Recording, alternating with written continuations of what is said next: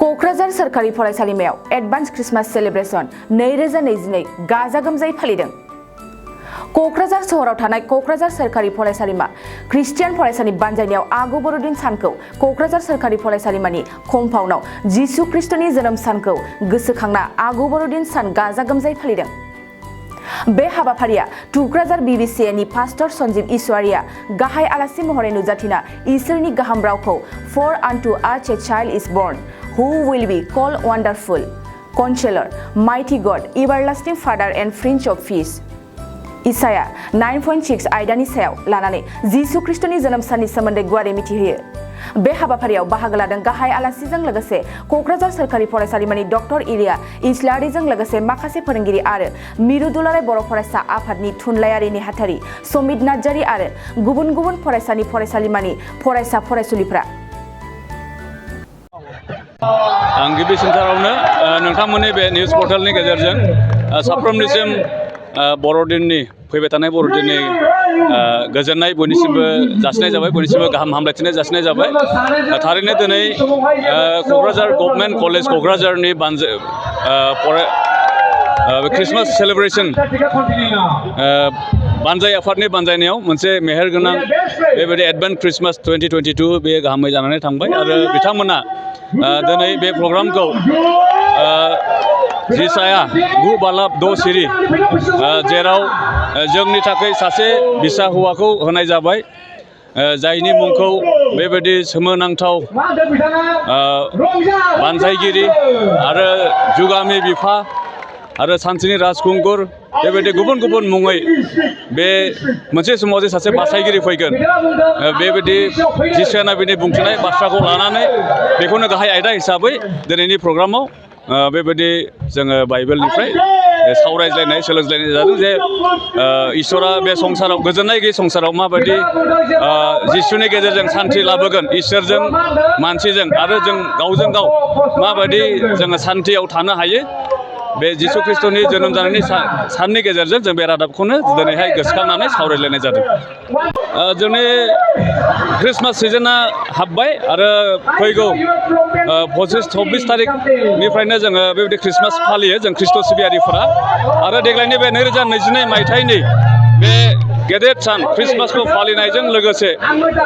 जोंनि बयनिबो जिबनाव, बयनिबो न'खराव आरो जोंनि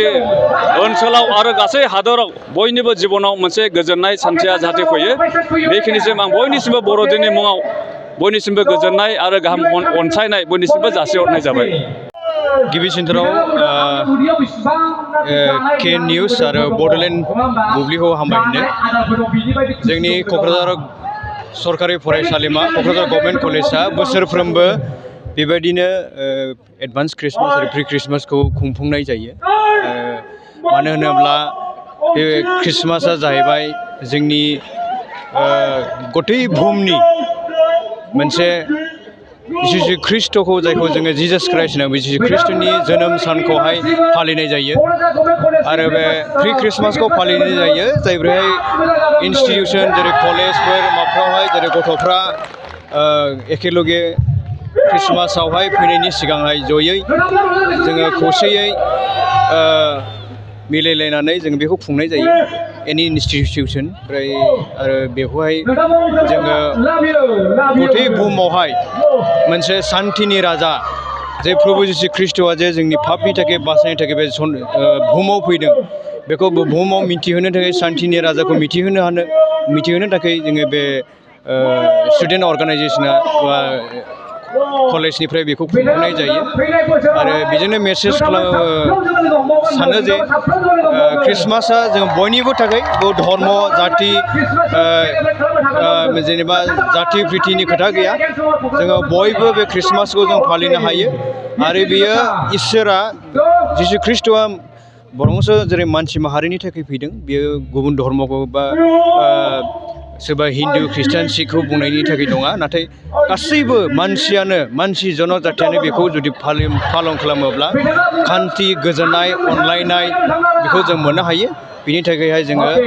एखेलगे जाहाथे जोङो बे जोंनि बुहुमाव थासान्दि जों हारमनि माने सान्थि भाबै जों अनलायनानै थांनानै थानाय, बेखौनो जिसु ख्रिस्ट'आ बे संसाराव फैनानै जोंखौहाय फोरोंलांदों आरो। आरो बेजों लोगोसे आरो जाहाथे जोङो अनलायनो हायो आरो जेरैहायबो जोंनि टीमा जेरैबायदि For us unto a child is born, which is called a wonderful counselor, mighty God, everlasting Father, and Prince of Peace. बेयावनो जों बुजिनो हायो बे इसोरा महान इसोर, काउन्सिलर इसोर, बानजायग्रा इसोर आरो माइटि गड आरो बे जोबथारि सासे बेयो एभारलास्टिं फादार बिफा आरो बेयो सान्थिनि राजा होननानै जोङो बेखौ जों खुलुमनाय जायो आरो बेजोंनो लोब्बा लाखिनानै जे क'क्राझार गभर्नमेन्ट कलेजाबो बेखौहाय 2022आवहाय दिनैनि 3 डिसेम्बरावहाय बेखौ खुंफुंनाय आखायाव लानाय जाबाय एसेनोसै मानो होनोब्ला जोङो गोबां जायगानिफ्राय माने जोङो स्टुडेन्टबो दङ नालाय जोंनि गभर्नमेन्ट कलेजाव बेनिफ्राय जोङो जेब्ला क्रिसमासनि सम जायो अब्ला जोङो गावबागाव जायगायाव थानानै माने क्रिसमास फालिनांगौ जायो आरो स' बेखायनो जों मा खालामो कि गुबुन गुबुन जायगानिफ्राय जे फैनाय स्टुडेन्टफोर जाहाथे बिथांमोनजों जों जयै लोगो लानानै जाहाथे जोङो मोनसे क्रिसमासखौ जोङो जयै ज' जानानै जाहाथे जोङो रंजानो हायो बेखौ नोजोर बोनानै जोङो नैबे क्रिसमासखौ जों फालिनाय जादों आरो बेनिफ्राय दिनैनि जे क्रिसमास फालिथाय बेवहाय जोंनि चिफ गेस्ट हिसाबै दंमोन जोंनि मिस्टार सन्जिब इसवारि जायहा दिनैहाय BBC आरो थुक्राझारनिफ्राय फैनाय स' बिथाङा दिनै जोंनि गेजेराव फैनानैहाय बिराद मोजां माने इसोरनि बोसोरखौ जों होलांबाय जिसु ख्रिस्ट'आ माबोरै बुहुमाव फैदोंमोन आरो मानि थाखाय फैदोंमोन दा बेखौ बुंनो थाखाय बुंनानैहाय जोंनि गेजेराव जे इसोरनि जे जोनोम जानायनि बागै जे हिस्ट'रिफोरखौ बिथाङा दिनै जोंनि गेजेराव खोन्थाबाय स' आरो जोबनो गैया हामबाय होनदों बिथांनि थाखाय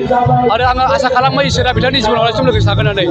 आरो जोंनि नैबे गभर्नमेन्ट कलेजाव फैनाय बिसोरनाखि गुबुन गुबुन जायगानिफ्राय फैनाय स्टुडेन्टफोर जाय बिथांमोना गावबा गावनि जे फरायनाय बे फरायनाय जाथा बिथांमोना जौगालांनो हायो जों बेखौनो इसोरनिसिम आर'ज गाबो आरो गासैबो जे केजि स्टुडेन्टसफोर आरो केजि स्टुडेन्टसनि अनगायै बिसिमानाखि स्टुडेन्टसफोर बिथांमोननिसिम माने इसोरनि गाहाम अनसायनायखौ जासिनानैहाय गावसोरनि लाइफ दानायाव मोनसे मोजां केरियार दालांथों बेखौ आसा खालामनानै आं इसोरनिसिम बेखौनो आसा खालामनानै आंनि सुंद' बिबुंथिखौ सोंदों जादों हामबायसै नोंथाङा सानाय सुनाय बेरामनि जेंनायाव गोग्लैदों नामा? जुदि नोंथाङा सानाय सुनाय दंब्ला जिंगासिनांगौ गैया चिरां जिल्लानि बेंटल गेट साफागुरियाव दायो